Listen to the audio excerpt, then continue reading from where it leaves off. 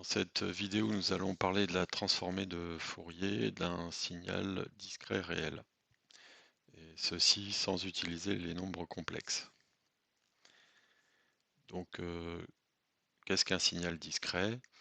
Eh bien, c'est un signal dont on connaît les valeurs que pour un ensemble discret de dates, c'est-à-dire qu'on a discrétisé le temps, et on va considérer que le temps s'assimile à n points indicés de 0 à n-1.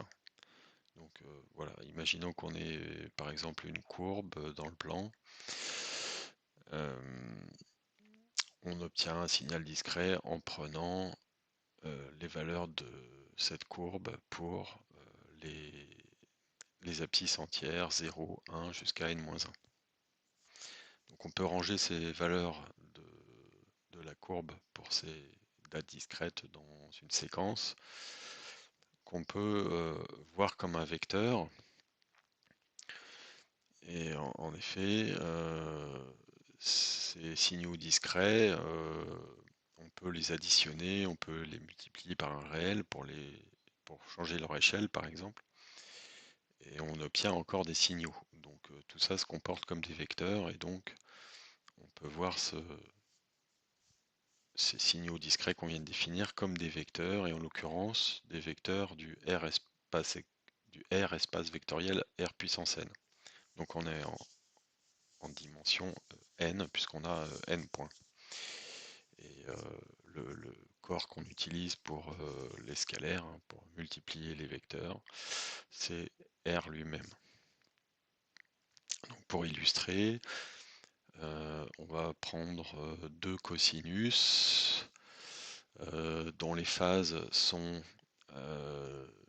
3 oméga t et 2 oméga t. Donc oméga, c'est une constante hein, qui en gros qui va jouer sur la vitesse à laquelle on tourne.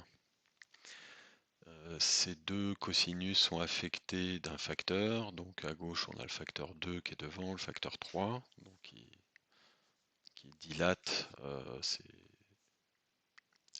les cosinus de base, et quand on les additionne, ben, on obtient un troisième signal qui est en bas, avec cette petite montagne au milieu, avec un creux au sommet.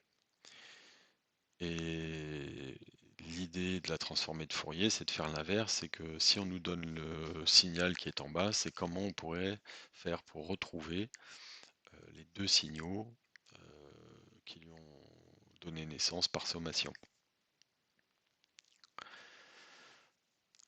Alors, pour faire ça, eh bien, on va assumer que notre signal est un vecteur de Rn, et dire que c'est un vecteur de Rn, ça veut dire que c'est une combinaison linéaire de vecteurs de base de cet espace, et en l'occurrence, ça va être basiquement une combinaison linéaire des vecteurs de la base canonique, qui est constituée de vecteurs qui ont des zéros partout, sauf à un indice où la coordonnée vaut 1. Donc notre signal initial, notre séquence, on peut l'avoir comme la somme de sa valeur en 0 fois le premier vecteur de la base canonique, plus S1 fois le deuxième vecteur de la base canonique, etc., plus Sn-1 fois le dernier vecteur de la base canonique. Effectivement, si on fait S0 fois le premier vecteur, ben on va avoir S0 en première position. Pour le deuxième, on va avoir S1 fois le deuxième, on va avoir S1 en deuxième position, et si on somme, ben on va avoir S0 en première position dans la somme, S1 en deuxième position dans la somme, etc. Et on retrouve bien notre séquence. Notons au passage que nos vecteurs de la base canonique peuvent être vus comme des fonctions discrètes ou des signaux discrets, des signaux qui valent 1 à un seul endroit et 0 partout ailleurs.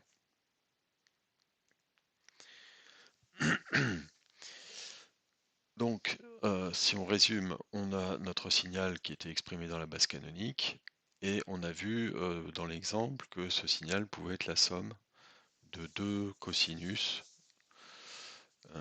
avec des multiples d'une pulsation oméga, et avec des facteurs qui étaient les facteurs 2 et 3.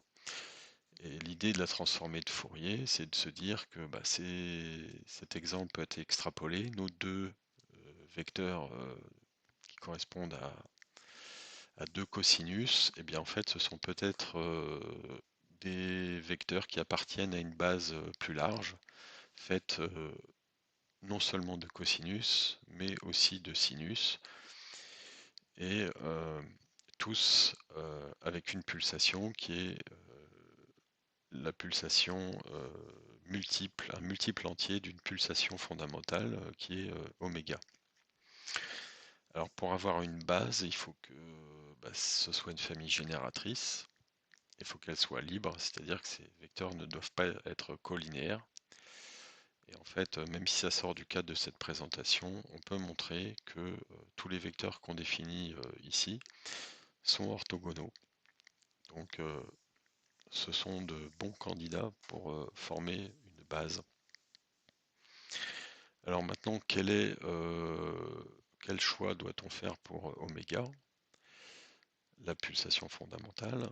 Eh bien, l'idée c'est de se dire que le signal qu'on nous a donné, en fait, c'est un signal qui potentiellement est défini sur tout Z, qui est l'ensemble des dates discrètes, et que ce qu'on nous a donné, c'est simplement un motif qui se reproduit à l'identique sur tout Z. Autrement dit que S de Z pour Z quelconque, c'est en fait S de Z modulo N. Donc on peut toujours se ramener à notre intervalle 0n-1. Et du coup, si une autre conséquence de cette perspective, c'est de dire que notre signal est de période n. Seulement, il nous a été défini comme un signal dépendant du temps, et là on voit qu'on va vers une définition qui dépend plutôt d'un angle de type oméga t. Et donc l'idée, c'est que si notre signal défini en temps a pour période n, et si on veut voir ce signal comme défini à partir de fonctions cos et sin qui, elles, ont une période de 2π, eh bien, c'est une règle de 3, il faut que n en temps vale comme 2π en angle. C'est-à-dire que quand on avance de 1, eh bien, on avance de 2π sur n en angle. Et finalement, ça revient à dire que notre pulsation fondamentale, c'est 2π sur n. Donc notre base va être constituée de cosinus qui ont pour pulsation un multiple entier de la fondamentale. Alors à partir de cette base de cos et de sin dont on pourrait se satisfaire pour exprimer notre signal, on peut faire une opération supplémentaire qui est de se ramener uniquement à des cosinus en utilisant cette conversion qui prend une paire de cos et de sin de même phase et qui le transforme en un unique cosinus de même phase, si ce n'est qu'il y a un déphasage D et un coefficient grand A qui dépend de petit a et de petit b suivant les relations qui sont données là.